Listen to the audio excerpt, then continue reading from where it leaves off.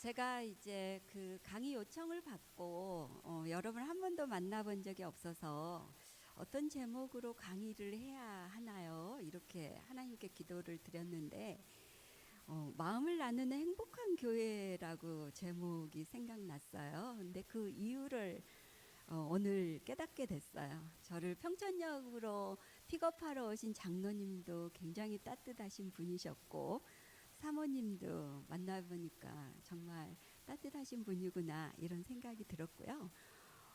저는 이정복 전도사님이 소개로 여기를 오게 됐는데요.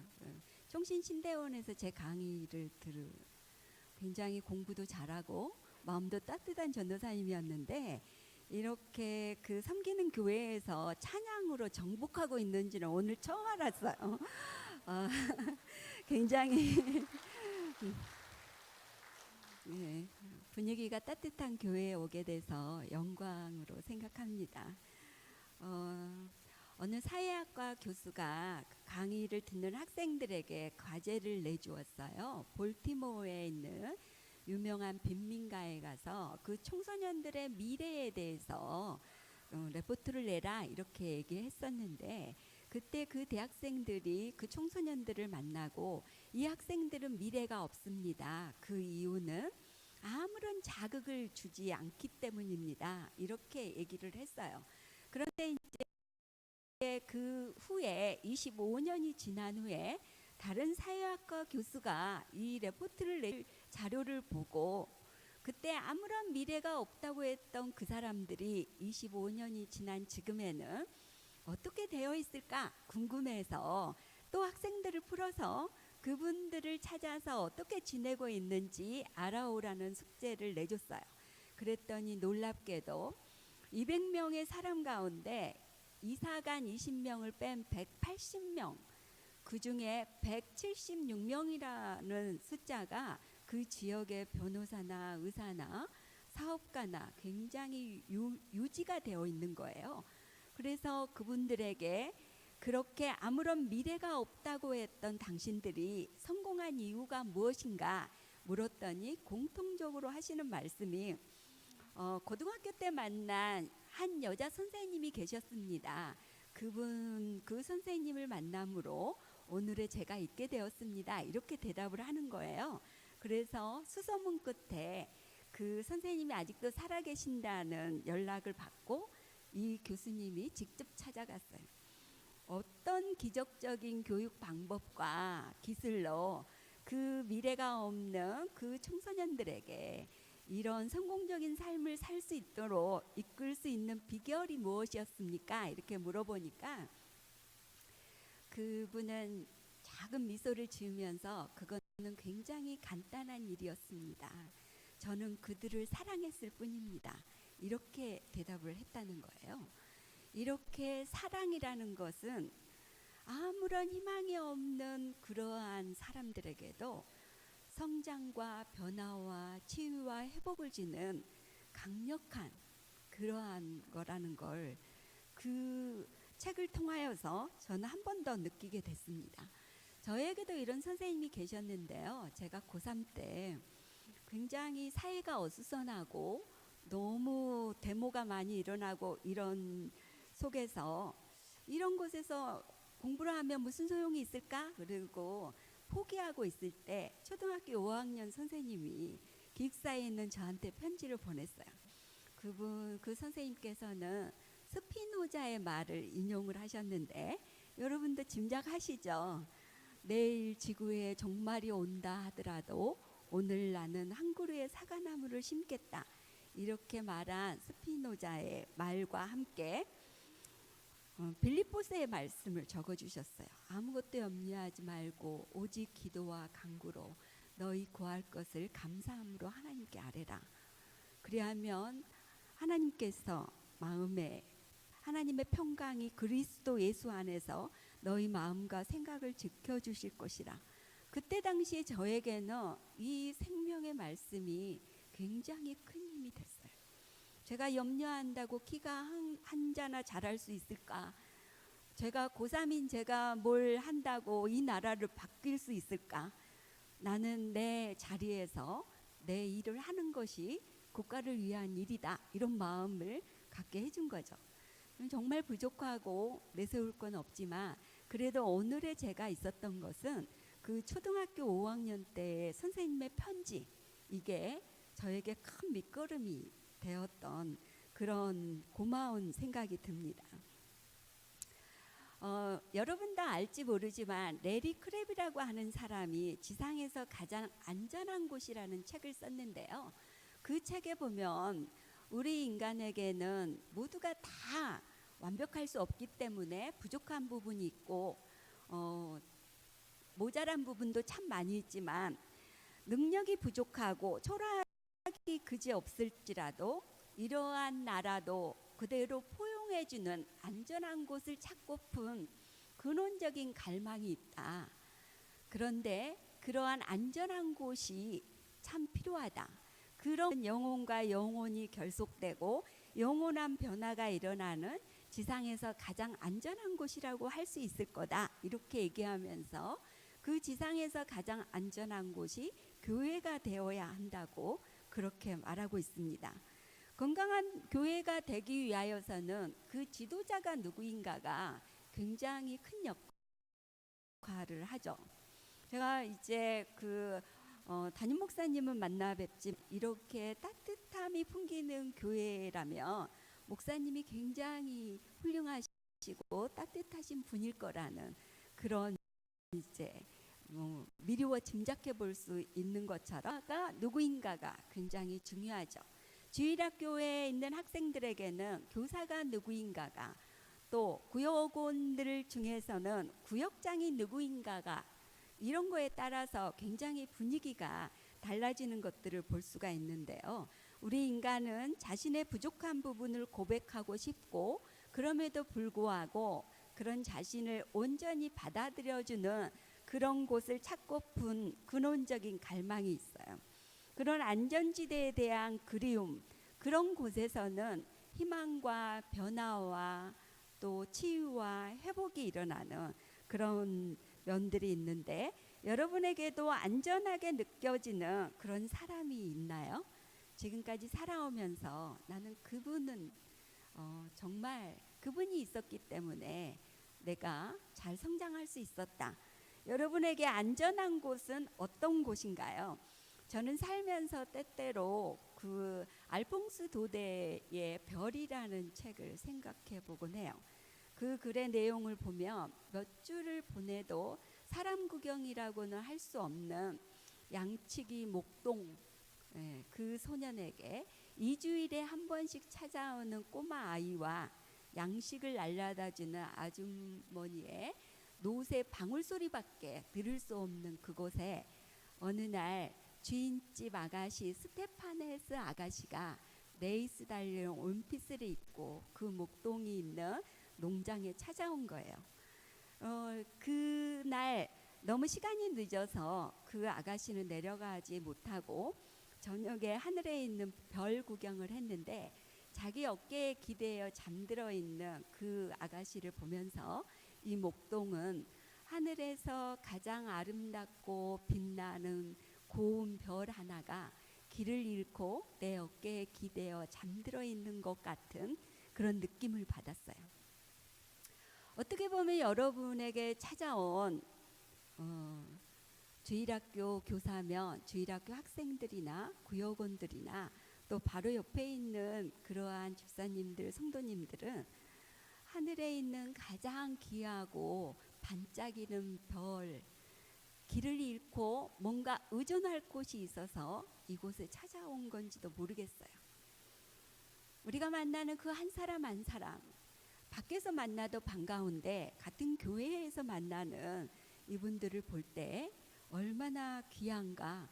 하늘에서 가장 빛나는 별 하나가 나의 위로가 필요해서 이곳에 찾아온 건지도 모른다, 이런 마음으로 옆에 있는 사람들을 바라본다면 그분들을 대하는 마음이 조금 달라지지 않을까, 이런 생각이 좀 들어봅니다. 여러분에게 맡겨준 그러한 구역원들, 이런 분들에게 이제 사랑을 전해야 된다. 마더 테레사라고 하는 분은 인도에 있는 캘커타, 이 어려운 곳에 많은 이제 사랑을 전했던 분으로 유명한데 그분이 이런 말을 해요. 당신이 가는 곳마다 사랑을 전파하세요. 먼저는 당신의 집에서 옆에 있는 남편과 아내에게, 자녀에게 사랑을 전파하고 또 어떤 사람이든지 당신을 만나고 나면 더 나아지고 더 행복해지게 하세요. 하나님의 사랑이 당신을 통해서 표현되어지게, 당신의 얼굴을 통해서, 당신의 눈에, 당신의 미소 속에, 당신의 따뜻한 말 한마디 속에 하나님의 사랑을 표현하세요. 그럴 때 정말 당신을 믿는 그 하나님을 나도 믿고 싶어요, 이렇게 말하면서 교회에 따라 나서는 그런 분들이 있게 될 거라고 이런 말들을 하게 됩니다. 우리가 주변에 있는 생활의 현장에서 이러한 그리스도의 사랑, 교회에서 일주일에 이렇게 봉사하고 하시면서 또 하나님의 말씀을 통하여서 하나님의 사랑을 직접 체험하고 그런 분들은 생활 현장 속에서 그 사랑을 전할 수밖에 없죠. 그러다 보면 어느 날 옆집에 있는 분이 당신이 믿는 하나님이라면 나도 믿고 싶어요, 이렇게 따라온다고 하면 그분은 정말 생활 속에서 사랑을 잘 실천하는 그런 분인 거죠. 누군가에게 이런 안전한 사람이 되어준다는 것은 아주 멋진 일입니다. 우리가 만난 사람들을 떠올려 볼 때 여러분이 만난 안전한 사람과 안전치 않은 사람의 특징, 이런 것들을 잠시 머릿속으로 생각해 보시기 바랍니다. 만나서 기분이 좋아지는 사람, 만나면 머리가 지끈지끈 아픈 사람, 어떤 사람이 그럴까? 또 안전한 교회가 되기 위해 만들어야 할 교회 분위기는 어떤 분위기여야 할까? 그렇다면 나는 안전한 사람인가? 어떤 면에서 안전하고 어떤 면에서는 안전하지 않는가?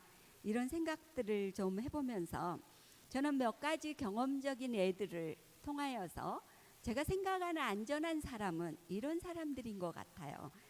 안전한 사람과의 만남은 먼저 뒷맛이 깨끗하고 좋아요. 그 사람과 함께 있을 때 마음이 열리고 의욕이 생겨서 오늘 이 사람을 만나서 난 여기까지만 얘기해야지, 한 가지만 얘기해야지 하고 만났는데 너무나 내 이야기를 잘 들어주고 내 마음을 잘 알아주니까 10가지를 말하고 왔어요. 그리고 나서 돌아오면서 어머, 내가 왜 이런 얘기까지 했지? 근데 마음은 너무너무 뿌듯한 거예요. 근데 어떤 사람은 10가지 말하러 갔어요. 말을 한번 딱 해보니까 벽이 느껴져. 전혀 내 말을 이해해 줄 것 같지 않아. 한 가지만 말하고 오는 거죠. 그러면서도 마음이 답답해져요. 근데 우리가 생각하는 안전한 사람은 뒷맛이 좋다는 거죠. 만나고 나면 기분이 좋아지는 이런. 그리고 또 뭐 우리가 이제 그 많은 골치 아픈 많은 생각이나 의견보다는 회의를 많이 하게 되면 회의에 빠진다 이러잖아요. 그런 것보다는 감정을 나누는 그런 만남을 가질 때 굉장히 마음이 풍성해지고 그런 거죠. 내 모습 이대로를 온전히 잘 들어주는 사람, 그리고 내 속에 있는 답답한 거, 속상한 거, 아픈 거, 이런 감정을 나눌 수 있는 사람을 만날 때 그런 사람은 참 안전하다, 이런 생각이 드는 거죠. 함부로 충고나 설득을 하려 하지 않고 존중해주고 믿어주고 기다려주는 느낌을 주는 그런 사람 앞에 서면 왠지 모르게 내가 주인공이 되는 느낌을 갖게 해주는, 어떤 사람 만나면요 자신이 꼭 무대 주인공이 해야 돼요. 그리고 나는 그 사람을 받쳐주는 지나가는 행인 1, 2만 해야지 그 사람과 관계를 유지할 수 있게 만드는 그런 분이 있는데, 또 어떤 분은 내가 아무것도 없는데 왠지 내가 주인공이 된 것 같은 느낌을 들게 하는 그런 사람을 만나면 우리가 굉장히 이제 내 속에 있는 좋은 긍정적인 부분들을 더 발휘하고 싶은 마음이 들게 되는 거죠. 사적인 이야기의 은밀성이 보장되어서 서로에게 안정감을 느끼게 하는 이러한 면들이 안전한 사람과 안전한 공동체의 특징이라고 하면, 안전치 않은 사람과 안전치 않은 공동체의 특징은 그러면 어떤 것들이 있을까? 안전치 않은 사람들은 비밀과 열등감이 많아서 굉장히 대화를 나누면 경계심을 느낄 수가 있고 거리를 두려고 하고 만나는 횟수에 비해서 전혀 가까워지지 않는 사람이 있어요. 10년을 만났는데 전혀 가까워지지가 않아. 여러분 만약에 결혼 생활을 했는데 결혼 생활을 하고 10주년, 20주년 이렇게 지나가는데 남편이나 아내가 만나면 만날수록 모를 인간이야 이래 보세요. 그럼 결혼 생활은 굉장히 문제가 있죠. 왜? 좋은 부부들은 눈빛만 보아도 알아요. 왜? 오늘 지금 기분이 별로 안 좋구나. 이런 말을 하면 좀 언짢아 하는구나. 눈치로도 알고 눈빛만 봐도 아는데 아무리 말을 해도 모르고 알면 알수록 모를 인간이야 이러면 늘 경계심이 생기죠. 언제 어디로 튈지 몰라서 무슨 얘기를 하면 또 기분 나빠할지 모르니까 그 사람 앞에만 서면 긴장이 되고 속마음 얘기는 할 수가 없게 되고 이런 이제 만남들이 있는데 이런 만남은 안전하게 느껴지는 만남은 아니라는 거죠. 예, 자기 과시적이어서 가르침의 자세나 지배 경향이 강해 늘 한 수 가르치려고 하는 사람이 있어요. 와가지고 집사님 제가 애가 좀 아파가지고 이번에 구역 모임에 못 나왔어요. 이렇게 얘기하니까 아유 내가 무슨 일이 곧 생기지 싶었지 이러면서 모이기를 패하는 어떤 사람들의 습관과 같이 하지 말고 오직 고나여 이러면서 또 성경 말씀을 또 암기를 참 잘하셔가지고 거기에 적재적소에 말씀을 하시는데 재수가 없어. 말하고 싶지 않아. 다음에 저 구역장님 만나면 내가 마음속에 있는 얘기 하나 봐. 그리고 10년을 만나도 가까워지지 않는 그런 거리를 두고 만나게 되는 그런 사람이 되는 거죠. 무슨 얘기를 하면 내가 정답을 말해줄게 이렇게 얘기야. 우리는 어떤 사람에게 내 속마음을 얘기할 때 정답을 듣고자 말하는 경우 별로 없어요. 정답은 잘 알아요. 그런데 내 마음을 알아달라는 거죠. 그 얘기를 했을 때. 집에 있다가 이제 남편이 집에 올 때 옆집 아줌마하고 얘기했는데 그 아줌마 뭘 했는 줄 알아? 나한테 이런 얘기를 하는 거 있지. 막 이렇게 얘기하면 그런 일이 있었어? 당신 참 속상했겠다. 이 말을 들으려고 하는 거거든요. 근데 아유 안 봐도 비디오야. 집에서 깨는 바가지 밖에서 안 깨겠어? 당신이 또 쓸데없는 말 했겠지. 나한테 하듯이 이렇게 얘기하면 말할 마음이 전혀 안 나죠. 내가 다시는 말하나 봐. 이렇게 되는 거죠. 근데 우리가 하는 말들은 그 마음을 받아주며 그 다음에 스스로 에이 생각해보니까 나도 잘하는 게 없는 것 같아. 내일 만나면 내가 먼저 사과해야지.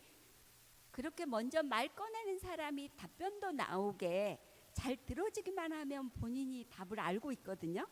근데 한 수 가르치려 든다. 뭐든지 어린아이 취급하고 그 사람 앞에만 가면 학생 같은 느낌이 들게 그러면은 이제 힘들어하죠. 제가 상담을 신학을 공부하고 상담을 공부를 해서 이제 많은 사람들을 만나고 또 상담을 가르치고 있고 그렇게 하니까 저희 집에서 애들도 그렇고 남편도 이제 어쩔 때는 저한테 와서 막 얘기를 하려고 그래요. 그러면 제가 그렇죠. 아우 다 그냥 속상했겠다 어쩌겠다 이런 얘기만 하고요. 무슨 조언이나 충고를 들으려고 하는 경우도 있는데 그런 얘기는 잘 안 해줘요. 그래서 내가 어떻게 하면 좋겠어? 막 얘기하면 그렇게 말하면 엄마가 상담자고 너가 내담자가 되고 우리 집이 상담실이 됐으면 좋겠어. 아니면 엄마였으면 좋겠어. 저희 남편에게도 내가 당신의 아내였으면 좋겠어. 맨날 그렇게 상담자처럼 하거나 교육을 가르치는 교수였으면 좋겠어. 알았어 그러면서 얘기 안 하는데요. 왜 그러는가? 제가 막 아는 게 많다고 다 알듯이 얘기하면은 그때는 괜찮았을지 몰라요. 돌아서면 기분 나빠해요. 그러니까 그냥 마음만 받아주는 거죠. 교회 안에서는 특별히 회의를 하거나 뭐 이런 경우에는 괜찮지만 개인적으로 누군가가 와서 속상한 얘기할 때는 그냥 받아주기만 하면 그분이 정답은 찾아요. 예, 그런 이제 면들이 있게 되고, 또 어떤 경우에는 개인적인 이야기들을 와서 하죠. 개인의 역사 그러면 히스토리 그러잖아요. 역사를. 그 역사는, 개인의 역사는 히스 플러스 스토리예요. 그러면은 그의 이야기예요. 소유권은 누구께 있어요? 그에게 있는 거죠. 어떤 이야기들을 이제 집사님에게만 와서 했어요. 말할 수 없는 은밀한 이야기, 모두에게 말하지 못하지만 그런 이야기들, 그런 은밀성, 이런 이야기를 하는데 이게 너무 무법적이어서 그 다음날 갔더니 구역원 전체에게 소문이 퍼졌어. 그럼 속상해. 예.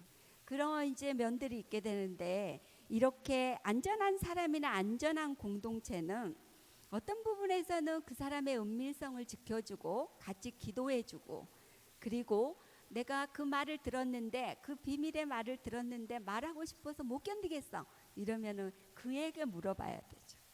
내가 이 말은 딱 우리 남편에게 꼭 하고 싶은데 남편에게는 말해도 되냐고 물어보고 괜찮다 그러면 그러는 거지만, 그러지 않고 나에게만 해주는 말은 우리 둘만의 소속감, 둘만의 은밀성을 유지하고자 나에게 준 선물이기 때문에 나만 간직하고 있을 필요가 있는 거죠. 그럼 말해도 되는 것과 말하면 안 되는 것들을 분별할 줄 아는 지혜가 있어야 되겠죠. 근데 그런 부분이 잘 분별 안 되면 그 말하는 사람에게 이 말 다른 사람에게 해도 되느냐 이렇게 물어보면 가장 정답일 수 있을 거예요. 예, 그런데 이제 우리가 많은 부분들을 교회가 더 무서워 이런 얘기하면은 힘들어져. 그래서 말을 못하고, 물론 상담실에 찾아오는 분들도 있는데 예, 마음에 있는 얘기들을 나누지 못하면 가까워지지 않는 이런 부분들이 있는 거죠. 여러분에게 안전한 곳은 어디 있나요? 여러분이 생각할 때 안전한 곳은 어디입니까? 여러분에게 안전하게 느껴지는 사람은 어떤 사람인가요? 유한진의 질환주교를 꿈꾸며라는 책에 보면 저녁을 먹고 나면 허물없이 찾아가 차 한잔 마시고 싶다고 말할 수 있는 친구가 가까이 있었으면 좋겠다.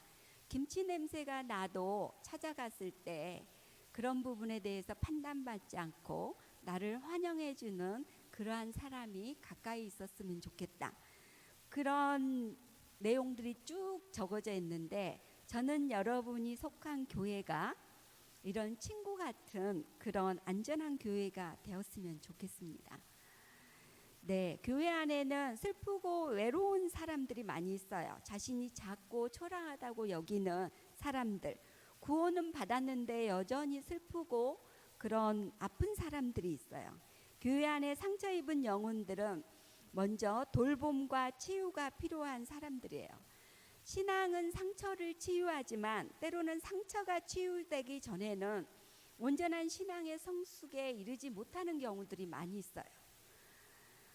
마음밭이 건강하지 못하면 아무리 하나님의 말씀의 씨앗이 그 마음에 뿌려져도 잘 자라지 못해요. 아무리 좋은 생명의 씨앗이 뿌려져도 상처난 마음이 건강한 마음으로 회복되지 않는 한 하나님의 진리의 말씀이 역사하지 않고 복음의 생명이 그 사람 안에 자라질 못하죠. 그래서 길가밭과 돌짝밭과 가시떨기 밭이 옥토와 같은 밭으로 먼저 밭갈이를 해주어야 100배, 60배, 30배의 결실이 있는 것과 같이 마음이 아프고 상처 입은 사람들의 마음을 잘 받아주고 그러한 사람들의 마음이 건강한 마음밭으로 변할 때 주일날 또는 교회에서 받는 하나님의 말씀의 그런 씨앗이 열매 맺는 삶이 될 수 있는 거죠. 마음의 상처를 입은 사람들에게 흔히 나타날 수 있는 증상들은 대인관계의 어려움을 많이 느껴요. 우리가 대인관계를 할 때 저 사람 참 힘들어 이런 사람들은요, 그 사람도 잘하고 싶어요. 근데 마음에 상처가 있어서 그러지 못하는 경우도 참 많이 있어요. 그리고 자존감이 결여되어 있어서 그런 사람도 있어요. 우리가 다른 사람에 대해서 점수도 매기지만 자기 자신에 대해서도 점수를 매기거든요. 예, 보통 자기가 가치 있는 존재라고 생각하는 사람은 자존감이 높은 사람들인데, 아주 빼어난 능력이 있거나 아주 예쁘지는 않지만 그래도 나는 가치 있는 사람이야, 내가 이 모습 부족한 모습이지만 하나님의 걸작품이야, 이렇게 느끼는. 그래서 어떤 사람은 8가지 단점이 있고 2개의 장점이 있어요. 그런데 이 2개의 장점이 나에게 있다니, 그러면서 이 2개의 장점을 잘 발휘하면서 기쁜 마음으로 사는 사람이 있고, 8개의 장점이 있고 2개의 단점이 있는데 2개의 단점이 있는 것 때문에 굉장히 자신감 없이 위축되고 우울하게 사는 사람이 있어요.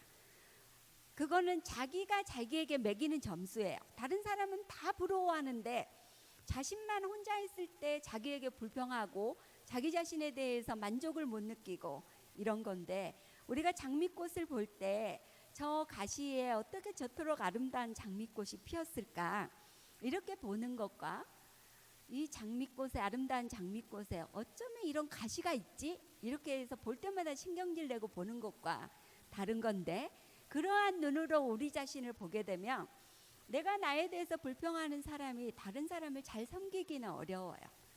나는 부족하지만 그래도 나에게 한 가지 이상의 달란트는 심어줬기 때문에 그 달란트를 가진 하나님의 사람이다, 이런 자존감이 갖고 있는 이런 마음을 가질 때 다른 사람에게도 잘할 수 있다는 거죠. 삶에 대한 부정적인 말과 태도를 가지고 있는 이런 사람들도 있게 되고, 우리가 만나는 사람 가운데 열등감이 있는 사람들도 있어요.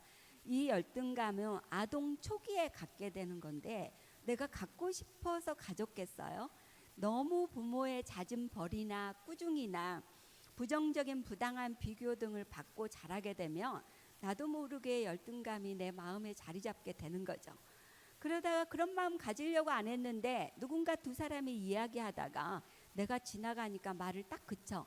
그러면은 분명히 내 흉을 보다가 내가 지나가니까 말을 멈춘 거야. 저 사람들은 저래, 이러면서 굉장히 기분 상해하고 가요. 근데 그러지 않은 경우도 많이 있거든요. 나의 열등감에서 나오는 그런 부분인데, 그런 것들이 대인관계에 영향을 미쳐서 대인관계에 어려움을 갖게 되는 그런 부분들이 있다는 거죠. 사도 바울은 말하기를 즐거워하는 자들과 함께 즐거워하고 우는 자들로 함께 울라. 서로 마음을 같이하며 높은 데 마음을 두지 말고 스스로 지혜 있는 채 말라, 이렇게 권면하고 있습니다. 상대보다 나은 채 하지 말고 겸손하게 상대의 위치에 내려가 함께 즐거워하고 함께 울라고 말하는데, 이것을 상담의 용어로 공감이라고 얘기해요. 여러분, 공감이란 말 많이 들었을 텐데요. 교회 안에서 우리가 서로에게 줄 수 있는 가장 큰 사랑은 공감이라고 생각을 합니다. 공감은 말 그대로 상대의 입장에 들어가서 상대와 함께 느끼는 마음을 얘기해요. 공감은 상대의 입장에서 생각해 본다는 거죠. 쉽게 말하면 남의 신을 신고 걸어본다는 거예요. 우리가 남의 신을 신으려면 내 신을 먼저 벗어야 되는 거죠. 내 신을 벗는다는 것은 상대방에 대한 중동적에서 신을 벗는다는 것은 상대방에 대한 극도의 존중의 표시이고, 그리고 내가 가지고 있는 선입견을 버리고 그 사람을 대한다는 의미이기도 해요. 공감이라는 것은 우리가 가지고 있는 선입견을 포기하고 그 사람의 상황 속으로 들어가서 상대의 눈으로 세상을 보면서 외모로 평가하지 않는다는 건데요.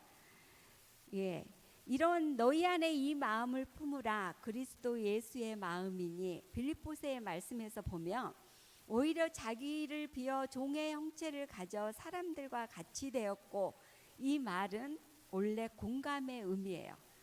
공감을 하려면 그럼 어떻게 해야 할까요? 이렇게 그 사람과 같은 상황에 머릿속으로 상상을 해서 그 사람의 상황에 들어가서 그 사람과 같은 마음을 느낀다는 게 공감이라면 어떻게 해야 할까요? 공감은 귀가 필요해요.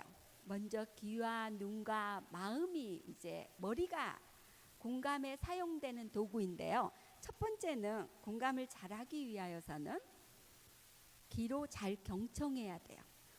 상대의 말을 잘 듣는 말과 행위 이런 건데요. 우리가 말을 잘하려면 다른 사람의 말을 잘 들어야 오해하지 않을 수가 있거든요. 귀로는 그 사람의 말을 잘 들어야 되고 그 사람의 말을 잘 들어주고 공감해주면 저 사람이 정말 내 마음을 나보다 더 잘 이해해 주는구나. 이래서 여름 냉수와 같은 시원함이 느껴져요. 그런데 잘 듣기 위하여서는 듣는 사람은 듣기만 해야 돼요. 우리가 구역 모임 할 때도 듣는 사람은 듣기만 하고 말하는 사람의 말이 끝날 때 그때 이제 그 부분들을 같이 나누어야 하는데 중간에 말을 중단하거나 또 저 말이 끝나면 내가 뭐라고 대답하지? 이렇게 잘 듣지 않고 대답할 말을 생각하거나 이런 데서 공감이 잘 안 되고 오해가 생겨요. 그래서 잘 들어야 되고 두 번째는 눈으로 상대방을 봐야 돼요. 우리가 말 언어 가운데 의사소통은 언어적인 부분과 비언어적인 부분이 있는데요. 언어적인 부분은 7%밖에 해당 안 되고 비언어적인 부분이 93%에 해당되는데 몸동작이 55%고 그리고 억양이 38%를 차지한대요. 그러면 어떤 사람이 화났어? 이렇게 물어봤는데 화 안 났어. 얼굴을 찡그리면서 화 안 났어. 화난 것 같은데 화 안 났다니까 이렇게 하면 우리가 그 화 안 났다는 말을 믿어요? 그 사람의 표정과 억양을 믿어요? 표정과 억양을 믿게 되죠. 그러니까 누군가가 얘기하면 그 사람을 꼭 봐야 돼요. 우리가 집에서도 엄마 뭐 얘기하면 말해 나 듣고 있으니까 말해 이렇게 해서 뒤통수에 대고 왔다 갔다 하면서 얘기하고 나면 아침에 준비물 내가 마련해 달라고 했는데 엄마 준비했어요? 이러면 언제 말했니? 들은 적도 없다. 이럴 때가 굉장히 많아요. 그러니까 이렇게 말하는 사람을 바라봐야 공감받는 느낌을 갖는 거고 또 하나는 머리로 활용해야 된다는 건데 머리로 그 사람의 입장에 들어가 보는 거죠. 저 사람의 입장에서 저런 말을 한다면 나에게 어떤 대답을 들을 때 저 사람이 힘이 될까 이런 부분들 여러분들이 좀 어려울지 몰라서 예를 들어보면 어떤 구역원이 옆집에 친한 엄마가 있는데 그 엄마랑 얘기하면 너무 답답해요. 그냥 내 이야기만 들어주면 좋겠는데 꼭 이래라 저래라 무슨 해결사처럼 얘기하고 어쩔 때는 누가 잘했네 못했네 심판관처럼 말해서 뭐 화가 날 때가 많아요. 이렇게 얘기했다고 해요. 그럼 공감해 줘야 되죠. 네. 그 공감을 할 때 그냥 내 말을 들어주기만 하면 되는데 심판관처럼 늘 그래서 속상하셨겠네요. 이렇게 얘기하면 네 맞아요. 제가 얼마나 속상했냐면은요. 그러면서 더 깊은 속 얘기를 얘기해요. 그러면 또 공감해져요. 이 공감을 잘해주면 그 사람이 한 가지만 말하려고 하는데 10가지도 하게 돼요. 내가 잘 받아주니까 이런 부분인데요. 그래서 우리에게 이렇게 공감을 잘해주는 한 사람만 교회에 있어도 교회 나가고 싶은 마음이 생겨요. 오늘 가면 그 집사님을 만날 수 있을 거야. 오늘 가면 그 목사님을 만날 수 있을 거야. 그 한 사람만 있어도 속이 숨이 트이거든요. 그런데 이제 이런 공감 문제에 대해서 여러분이 한번 여러분은 평상시에 어떻게 대화하는지 여러분을 한번 측정해 보시기 바래요. 중학교 2학년 딸을 둔 엄마가 와서 이렇게 얘기했어요. 중2인 딸이 있는데 나랑 관계가 안 좋아요. 나도 요즘에 느낀 바가 있어서 좀 잘해보려고 하는데 내가 말만 하면 문을 쾅 닫고 들어가 버려서 정말 속상해요. 어떻게 해야 할지 모르겠어요. 이렇게 와서 말했어요. 1. 참 못된 아이군요. 그 말 들으려고 한 거 아니죠. 남편 누가 와서 흉보면 무슨 그런 남편이 있어요? 이러면은 말할 기분 안 들죠. 예. 그냥 참 못된 아이군요. 우리의 못된 아이란 말 들으려고 그 말한 건 아니잖아요. 머릿속으로 상상력을 발휘하는 거죠. 저분이 나한테 이런 얘기할 때는 무슨 얘기를 듣고 싶으실까? 이렇게. 이 어떤 아이가 그렇게 버릇없이 행동할 때 집사님은 어떻게 말씀하셨어요? 막 많은 정보만 캐내려고 듣는 사람도 있어요. 그리고 또 3번, 그때 아이들은 다 그런 것 같아요. 이렇게 얘기하면 도움이 하나도 안 되죠. 네, 딸이 엄마 마음을 몰라줘서 정말 속상하셨겠네요. 이렇게 얘기했어요. 네 번째 말해주는 사람이 굉장히 그 사람을 찾게 되겠죠. 그러니까 말이라는 것은 정말 쉬운 거예요. 무슨 이유에서 감정이 이랬겠네요. 이것만 하면 공감이거든요. 그리고 나서 그 다음에 할 얘기를 하면 돼요. 일단 들어주고 그렇게 해주고 그 다음 얘기를 하면. 교회에서 열심히 봉사하던 청년부 자매가 며칠 안 보이다가 몇 주 후에 나타나서 집사님 저 정말 많이 예뻐졌죠. 요즘 다이어트를 했는데 7kg이나 빠졌어요. 많이 시도해봤지만 이번처럼 성공한 건 처음이에요. 여러분 한번 공감해 줘 보실래요? 그렇게 누군가가 여러분에게 와서 얘기할 때 어떤 이유에서 감정이 이랬겠다. 이게 이제 공감이에요. 대부분 이제 너무 빠져 오히려 이상한 것 같다. 두 번째, 영적인 일에나 그런 관심을 가져봐라. 이렇게 충고하는 거. 그것도 잠시야. 나도 그런 적 있어. 그러다 잠시 운동을 쉬면 다시 살쪄. 결국 음식 조절법이 최고야. 이렇게 해결책 받으려고 그 얘기 한 거 아니죠. 또 어떤 사람은 그래요. 누가 얘기하면 막 정보만 캐내요. 어디서 했니? 얼마 들었는데? 이렇게. 마음 뿌듯하고 자신감이 생겼겠다. 그 말 듣고 싶어서 그런 거예요. 마음 뿌듯하고 자신감 생겼겠다. 그렇게 얘기하면 본인이 이제는 이런 정신으로 교회를 열심히 하려고요. 교회도 열심히 나오려고요. 해답은 본인이 말하게 하는 게 진짜인 거예요. 영적인 일에나 그런 관심 가져라. 그러면은 뻘쭘해가지고 저 집사님에게는 절대 말하지 말아야지. 이렇게 되는 부분이 많이 있는 거죠. 그래서 교인들끼리 서로 대화할 때 공감 반영으로 혼돈할 수 있는 반응이 있는데 신앙의 기준이나 도덕적 기준으로 평가하는 거 이거는 공감이 아니에요. 그리고 자신의 생각이나 이론으로 해석하는 거 이건 맞는 것 같다 이것도 공감은 아니에요. 일단 공감해주고 그 다음에 말하면 먹혀요. 근데 해석부터 들어가면 말은 맞는데 그냥 왠지 말하고 나면 뒤통수가 아파. 말은 맞는데 마음에서 받아들여지지가 않는 그런 부분이 있게 되는데요. 이런 공감을 많이 나누는 따뜻한 교회가 됐으면 좋겠고, 그리고 건강한 교회가 되기 위하여서는 마지막으로 북반구에 겨울이 찾아오면 철새들은 여행 준비를 한다고 해요.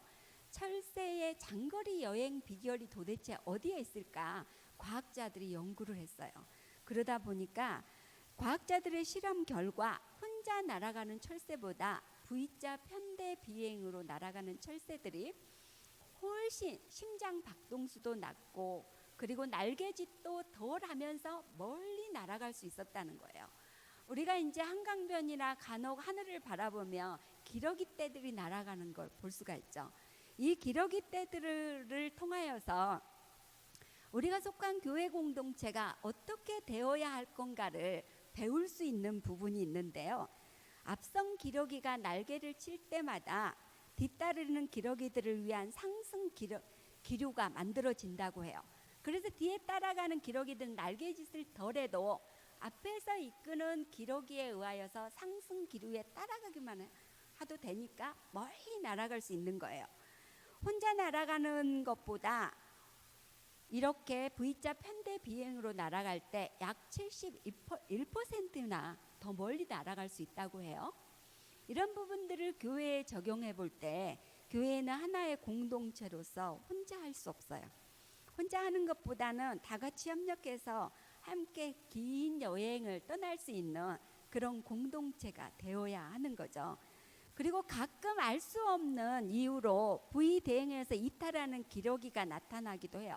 그러나 곧 강한 공기의 저항을 느끼고 잠시 이탈한 대형에 다시 복귀해서 다른 기러기들이 만들어주는 상승 기류에 합류하는 기러기들이 있어요. 이런 부분들을 교회에 적용해 볼 때 무슨 이유인지는 모르지만 잠시 교회를 안 나오는 사람들도 있어요. 이러한 사람들이 나중에 나와도 환대해주고 어서 오라고 하고 이렇게 해줘야 하는 그런 마음이 따뜻한 교회 공동체가 돼야 되지 않을까, 이런 생각이 들고, 기러기들을 함께 날아가면서 계속 서로를 부르는데 이는 앞서거나 뒤처진 기러기들을 격려하며 뒤처진 기러기들에게 보조를 맡기 위한 거라고 해요. 비록 능력이 부족해서 좀 답답하게 늦게 따라오는 사람이 있다 할지라도 그 사람을 소외시켜버리고 판단하고 없애버리기보다는 조금 진행을 늦추더라도 함께 가는 그런 공동체가 될 때 정말 말 그대로 마음이 따뜻한 교회가 되지 않을까, 이런 생각을 갖게 됩니다. 21세기는 많은 사람들이 얘기하기를 굉장히 돌봄 목회로 가야 된다, 이런 말을 해요. 그동안 교회의 발전들을 보며 많은 패러다임을 가지고 변화해 왔는데요. 여러분도 알다시피 70년도에는 성령 목회 이런 것이 굉장히 많은 붐을 일으켰어요. 그 다음에 80년도에는 성경 공부, 베델 성서 크로스웨이 평신도를 깨운다, 이런 성경 공부가 굉장히 왕성했었고, 90년대에는 열린 목회와 찬양이 강조한 목회였어요. 그런데 지금의 현대는 굉장히 개인의 인격을 존중하는 치유와 돌봄의 목회로 가야 된다, 이런 말들을 많이 해요. 교회 안에 외롭고 상처 입은 사람들이 많이 있는데 이 사람들을 교회가 치유 사역을 통하여서 그들의 마음을 잘 끌어안고 가져야 한다는 얘기죠. 성경에는 수많은 상처 입은 사람들과 그들을 치유하시고 회복시키시는 이야기가 창세기부터 나와요. 아담과 이브, 가인의 이야기를 죄지은 사람들의 이야기로도 볼 수 있지만 상처 입은 사람들의 이야기로 볼 수도 있어요. 이런 면들을 볼 때 관계의 실패는 곧 인생의 실패로 이어지기가 쉬운데요. 관계의 회복을 이루는 건강한 교회를 만드는 것이 이 시대에 모든 성도들에게 부여된 과제라고 합니다. 그래서 이제 구역장님들이나 교인들은 고통스러운 문제로 돌봄을 요청하는 사람들을 잘 돌봄으로써 치유와 안전한 교회 공동체를 이루어 나가는 우리 평촌 새순교회가 되기를 바라고, 강의는 여기서 마치고 제가 기도하겠습니다. 하나님, 주께 범죄치 아니하려 하여 주의 말씀을 마음에 두기를 사모합니다. 주의 말씀이 내 발의 등이요 내 길에 빛이 되어 주시길 소망합니다.